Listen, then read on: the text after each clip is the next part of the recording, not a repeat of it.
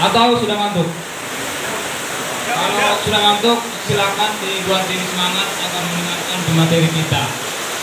Sekali lagi, pembina di Himpunan Mahasiswa Kodi Bali, dan beliau juga merupakan Sekretaris 2 IKSPD Bali, dan saat ini beliau masih menjabat juga sebagai Wakil Kodi Pasola, yaitu Subunit Kodi Pasola di Bali. Jadi beliau ini sudah bukan orang baru lagi dalam soal-soal organisasi. Jadi beliau sudah tahu bagaimana berorganisasi, dan beliau ini sama seperti saudara-saudara yang ada di sini, mengawali dengan cara-cara seperti ini. Jadi waktu dan kesempatan saya persilahkan kepada Bapak Domingus Waranundu untuk menyampaikan materi terkait dengan sejarah organisasi. Mungkin saya untuk awal mungkin saya minta untuk kita yel-yel dulu, kita berdiri semua. Jadi yel-yel saya ketika saya bilang siapa kita, maka teman-teman Himak Bali, Himak Bali, yes yes yes ya, ya. Sekali lagi nanti akan saya panggil, saya bilang siapa kita, teman-teman mengatakan Himak Bali, ya. Lalu saya jawab lagi Himak Bali, yes yes yes. Kita langsung tepuk tangan ya. Ayo kita tes. Siapa kita? Himak Bali. Himak Bali. Yes, yes, yes. Ya, sekali lagi. Kita kompak ya. Kita awali semangat kita untuk mendengarkan materi yang kita sampaikan sebentar. Sekali lagi kita katakan siapa kita? Himak Bali. Himak Bali. Yes, yes, yes. Ya, kita berikan aplausan buat teman-teman kita. Ya, silakan duduk. Itu sebagai suatu pemanasan buat kita sekalian. Yang terhormat Bapak Ketua Himpunan Mahasiswa Kodi Bali, yang saya hormati rekan-rekan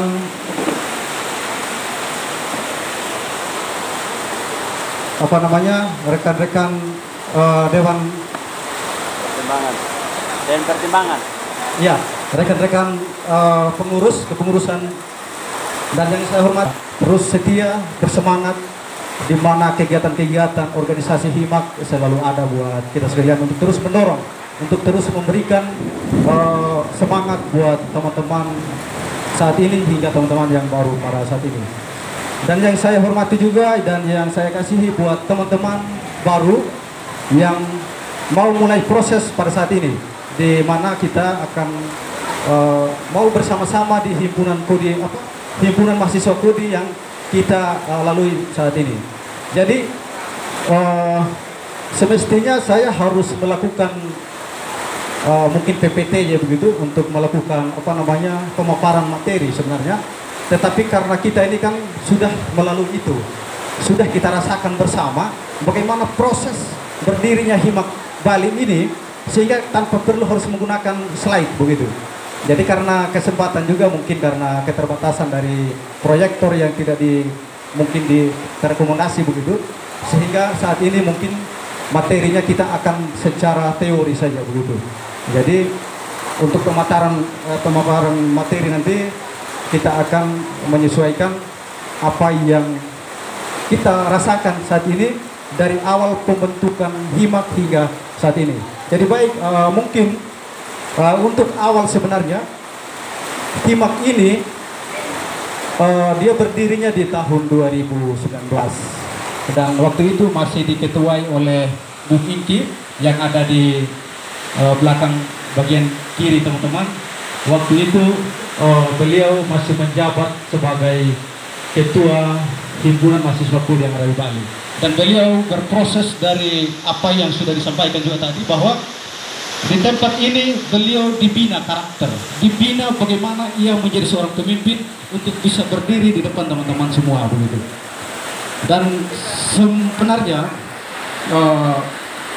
mahasiswa Kodi ini kan banyak waktu ini. Waktu sebelum berdirinya Himpunan Mahasiswa Kodi di Bali itu, dan saya lihat dan semua teman-teman yang ada kepengurusan Kopas waktu ini, bahwa banyak rekan-rekan mahasiswa yang ya boleh saya katakan tidak tertata rapi begitu. Banyak yang seakan-akan kita kehilangan induk, seperti itulah kira-kira. Jadi waktu ini kita diri organisasi yang namanya subunit Kodi Pasola Bali, dan di dalamnya ada berbagai macam elemennya. Ada mahasiswa, ada orang proyek, jadi ada berbagai macam elemen yang ada di dalam.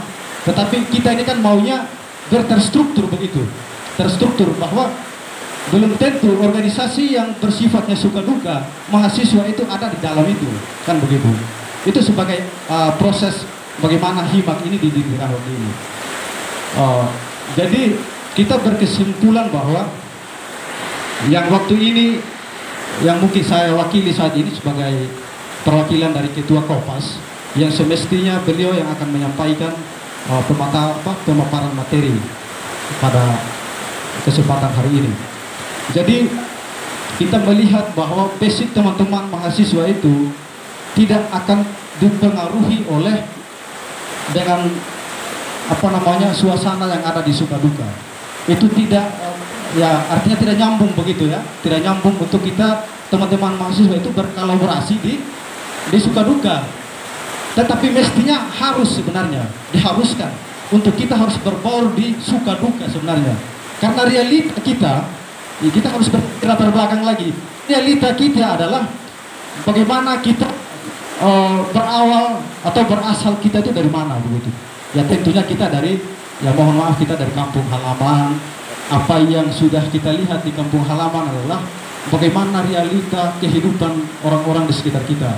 Bagaimana realita orang-orang di satu tempat atau mungkin di satu rumah bersamaan dengan kita begitu. Karena yang namanya suka duka, kita harus perlu bahwa kita harus memiliki itu. Memiliki jiwa sosial, budaya yang harus ada dalam diri kita masing-masing.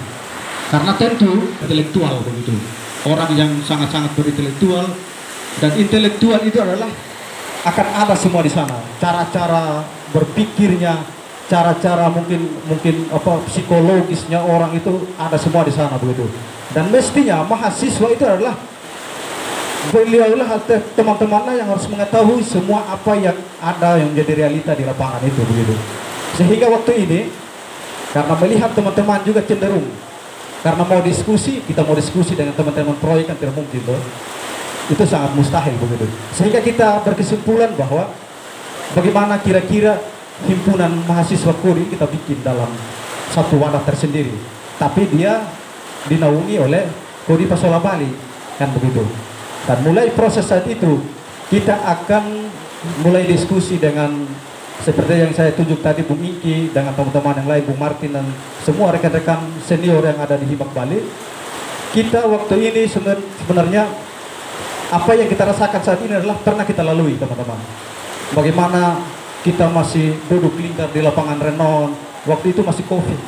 Di 2019 itu masih mencekam sekali itu. Masih sangat-sangat mencekam. Jadi demi nama baik Kodi, demi nama baik kita yang ada di rantauan, kita bentuklah yang namanya Himpunan Mahasiswa Kodi. Kita tepuk tangan buat Himak dulu. Ya. Jadi waktu itu ya mungkin namanya pikiran manusia ya, namanya human error. Tidak semua teman-teman yang kita kumpulkan itu seia sekata begitu. Karena masih merasa sangat awam dengan yang namanya organisasi.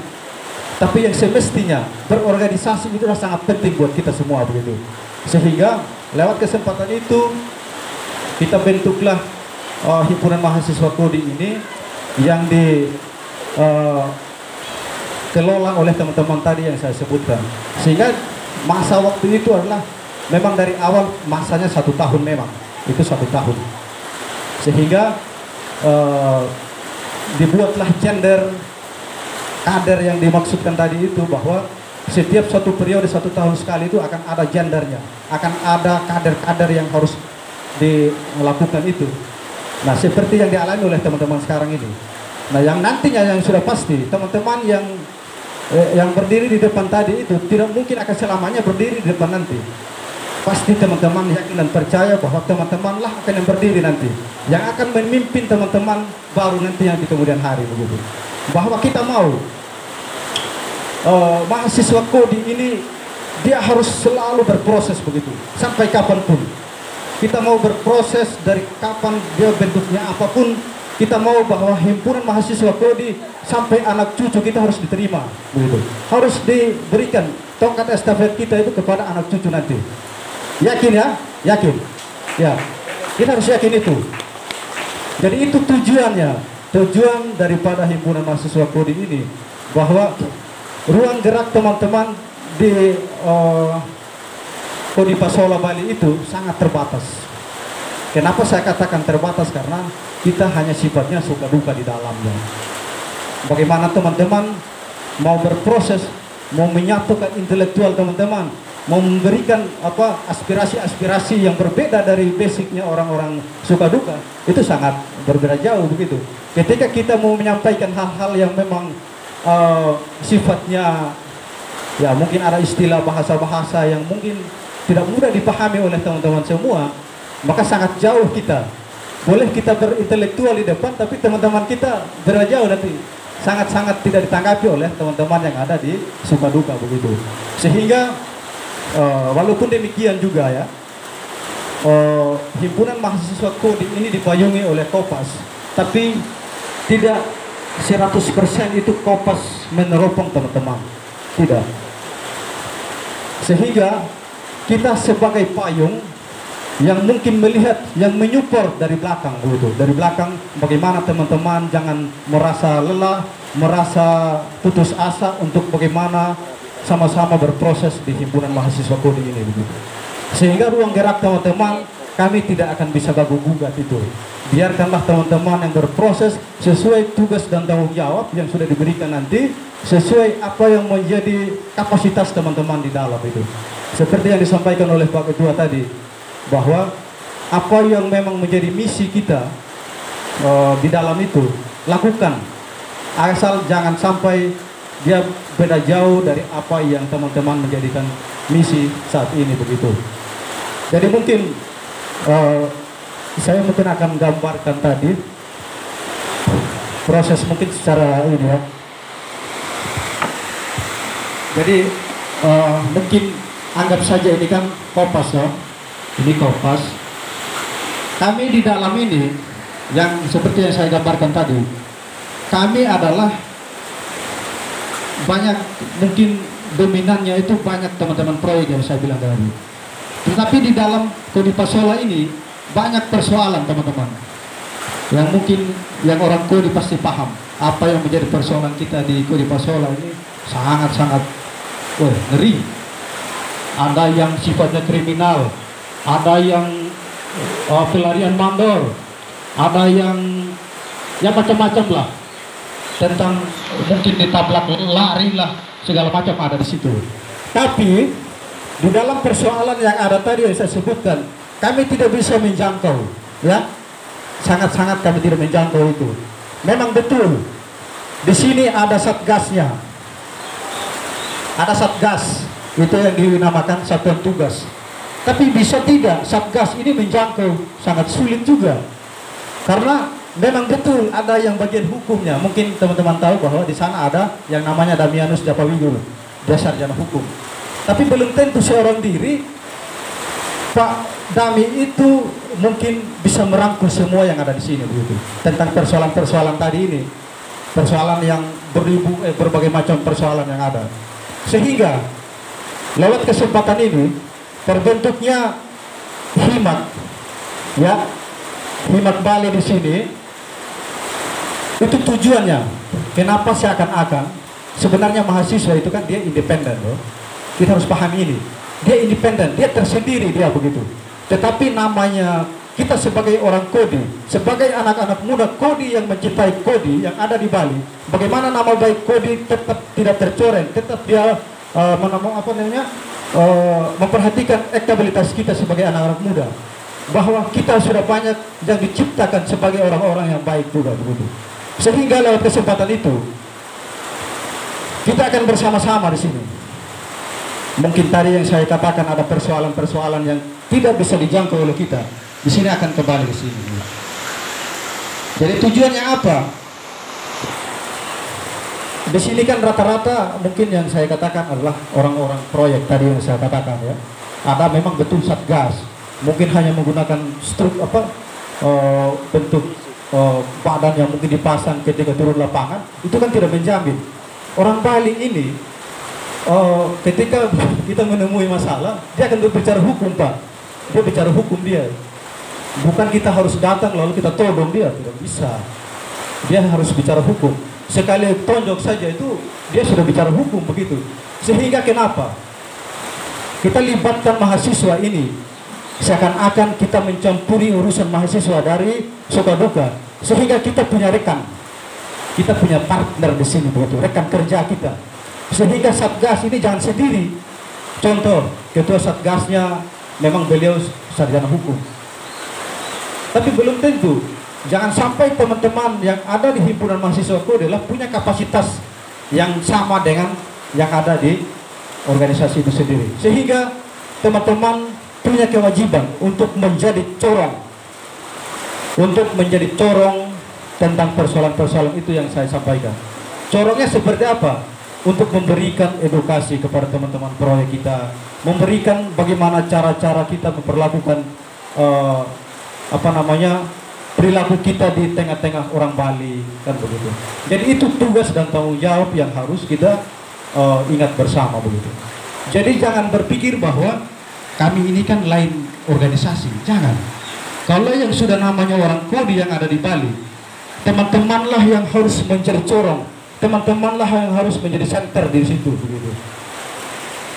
Bayangkan kalau harus menunggu dari Kodi Pasola, lama kita, belum dia sudah mungkin karena kelelahan, orang sudah membutuhkan bantuan sekarang dia sudah dikeroyok di sana. Mungkin saja tentang masalah-masalah hukum, ya doh. Contohnya Pak Dami yang mungkin basicnya di hukum, jangan sampai beliau ada sakit atau mungkin saja pulang kampung.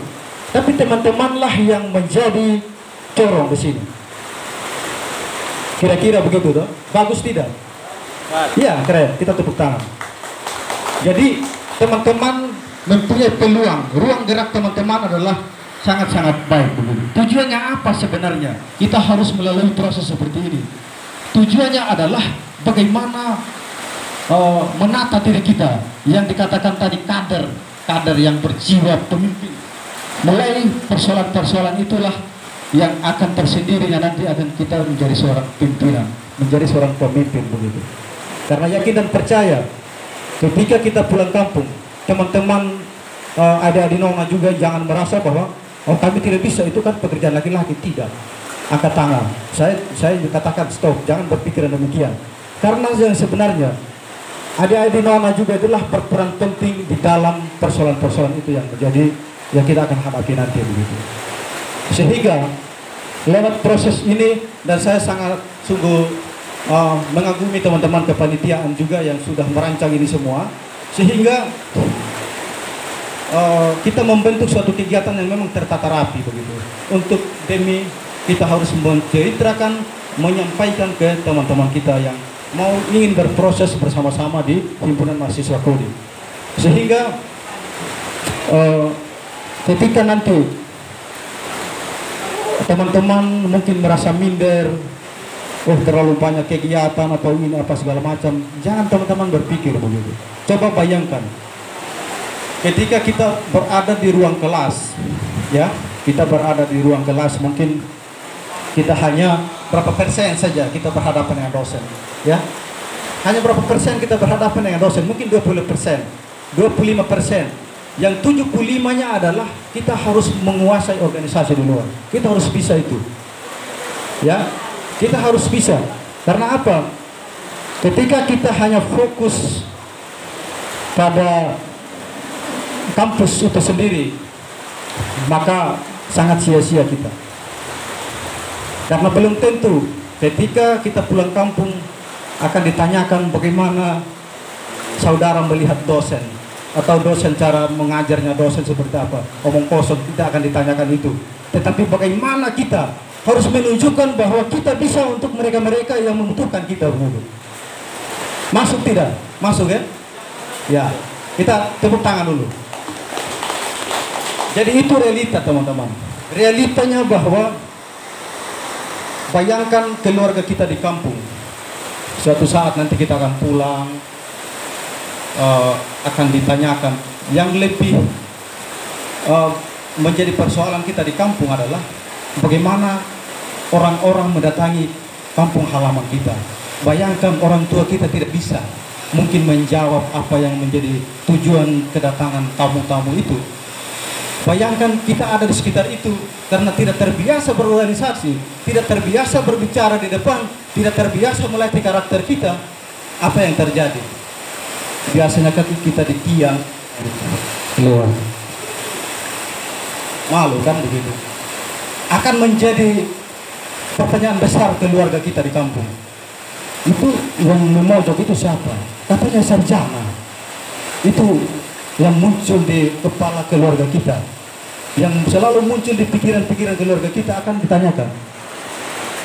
Ketika kita merasa bahwa kita memiliki kemampuan yang sama untuk membantu teman-teman atau keluarga yang ada di kampung, maka kita merasa hebat, kita merasa akan terlayani oleh mereka-mereka yang membutuhkan itu. Bayangkan ketika ada orang yang saya katakan tadi, contoh salah satu tamu datang mungkin dari Waitabula mungkin ya, disampaikan apa sambutan, bagaimana cara-cara perilaku kita. Karena apa? Kita sudah terbiasa dari hal-hal seperti ini. Jadi ini sebagai implementasi teman-teman. Implementasi bagaimana kita harus menghadapi proses-proses selanjutnya nanti. Itu saya sudah yakin bahwa sudah pasti ke depannya bagaimana teman-teman akan berdiri lebih gagah di depan.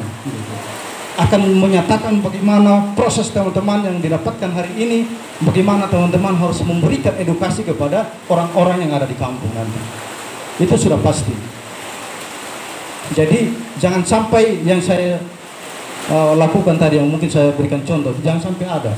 Jangan sampai ada lihat begini, sangat luar biasa kalau sampai seperti itu ya. Orang ketawa kita begitu.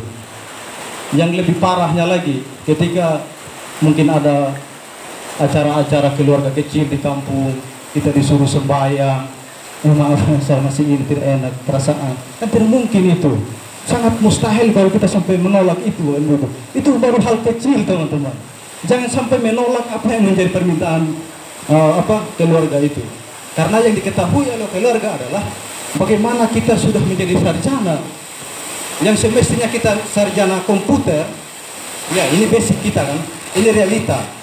Biasanya kita mungkin sarjana pertanian, yang mungkin hanya basicnya di pertanian dong. Tapi orang tua kita, keluarga kita di kampung tidak akan berpikir bahwa dia hanya basicnya di pertanian. Tidak mungkin, dia tidak tanya itu. Yang dia tahu adalah bagaimana dia sudah bisa lakukan itu semua. Apa karena itu dia sudah berpikir bahwa kita semua sudah handle itu. Karena itu kita harus hati-hati.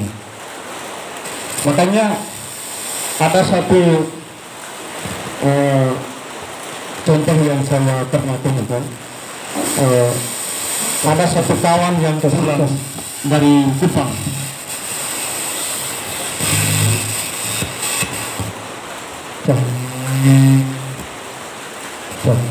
Ya. Itu pernah ada teman dari Kupang. Beliau kan sudah tamatan sarjana ekonomi. Ya. Beliau ditugaskan untuk mendata teman-teman kependudukan di sana begitu. Dia dipercayakan dari pemerintah desa. Bayangkan dia mengatakan, oh itu bukan basic saya. Bukan basic saya katanya. Saya kan bagian ekonomi, saya tentang bagian perekonomian ini. Saya bukan bagian pendataan administrasi ini. Bayangkan itu. Jadi ketika saya melihat, mendengar itu, saya sangat malu teman-teman. Dan memang waktu itu kita masih dalam proses pendidikan juga, yang kita belum mengetahui apa yang menjadi proses saat ini. Dan ternyata benar, ternyata apa yang ditolak oleh teman-teman itu hanya karena ketidakterbiasaan kita begitu. Makanya saya sangat simpatik dengan apa yang menjadi firman Tuhan dari Bung Ingki tadi, bahwa untuk menjadi seorang pemimpin adalah kita harus bisa mengawali dengan hal-hal kecil itu sendiri. Jangan bermimpi kita harus menjadi seorang pemimpin yang harus diangkat dengan tiba-tiba begitu. Sangat mustahil. Karena tentu apa yang kita tanam hari ini itulah yang kita akan panen nanti begitu. Itu sudah pasti itu. Nah, sehingga saya kembali kepada teori tadi yang saya sampaikan bahwa ini bukan suatu edukasi agar teman-teman saya doktrin dengan begitu saja, Bu. Tetapi ini kenyataan, teman-teman. Karena di Kodi Pasola ini sangat-sangat membutuhkan bagaimana punya rekan misalnya, punya teman-teman yang harus menghandle persoalan itu. Jadi saya juga berangkat dari pengalaman ini. Waktu ini mungkin saya masih 2016 dulu, saya ini sebenarnya masih mahasiswa aktif ya, yang mungkin sebentar lagi sudah lampu merah ini. Ini berbahaya. Jadi teman-teman, ini yang menjadi catatan juga, jangan sampai ikuti jejak saya untuk harus mengikuti bagaimana saya harus proses lama di kampus. Sebentar lagi pensiun. Begitu. Jadi waktu ini bayangkan saya diberikan kesempatan untuk menjadi satgas begitu loh. Dan memang namanya organisasi itu kan sangat-sangat simpatik memang. Saya sangat simpatik. Tapi lebih banyak mau mendengarkan apa yang menjadi pembicaraan orang di depan. Saya ingin seperti dia juga begitu. Satu kali kelak ada pertemuan kedua, ada yang namanya rapat umum anggota. Disitulah saya diberikan kesempatan untuk memimpin doa begitu. Itu ngeri, berat. Saya boleh katakan berat, sangat berat itu. Sampai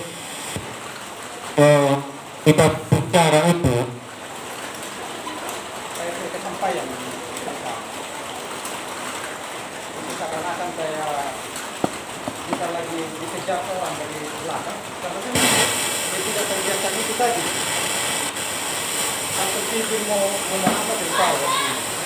Jadi dari keterbiasaan itulah. Sehingga dari keterbiasaan itu, yang kita harus mau ikuti prosesnya, bagaimana kita diberikan kesempatan. Menjadi tujuan hidup semestinya kita harus lalui itu. Ada dalam pertama tidak berguna buat keluarga lagi. Jadi di waktu-waktu sekarang ini ada kesempatan besar bagi kita, hingga bagaimana kita melatih diri, melatih karakter kita, bagaimana menjadi seorang pemimpin. Yakin dan percaya saja. Karena apa yang kita lakukan adalah seakan-akan kita di ruang instansi, anggap saja di ruang instansi lah, mungkin di daerah. Seperti itu yang kita lakukan. Jadi hanya implementasi. Bagaimana nanti ke depannya itu hanya kita lakukan. Sudah pasti.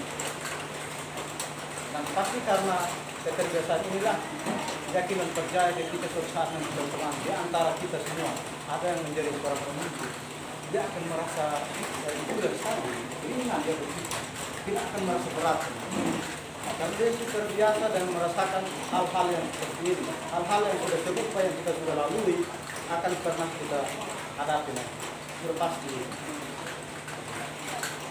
Sedikit tidaknya kita harus berguna apa yang saya katakan tadi tentang lalu perubahan itu. Setidaknya kita harus pergunakan hidup ini mungkin menjadi kesempatan buat kita. Apakah kita harus mau, tetap mau, ketika kita dibilang orang politik Bali masih berasa dusu, kita mau, kita harus bangkit, kita harus menjadi warna baru begitu untuk Kodi yang akan datang. Kita harus menjadi warna baru. Jangan sampai kita yang mungkin dikatakan intelektual, kita yang harus merusak suasana yang berubah. Banyak sekarang hal kita ini kalau kita bicara persatuan kekeluargaan itu masih sangat-sangat kental dan masih ada sampai saat ini. Perhimpunan mahasiswa orang Sumba yang selalu melakukan hal-hal yang tidak baik kembali yakin dan percaya ketika kita dari sekarang kita berjuang bersama, bagaimana kita bergandengan tangan, maka sudah pasti cara-cara itu atau apa yang dikatakan oleh orang lain dengan sendirinya akan hilang. Sudah pasti akan hilang. Percaya saja. Makanya jangan sampai kita berhenti di sini. Kita harus terus berjuang bersama bagaimana kita harus melakukan hal-hal baru itu. Jadi yang sebenarnya memang yang sesuai yang disebutkan oleh teman-teman tadi bahwa ketika kita merasa puas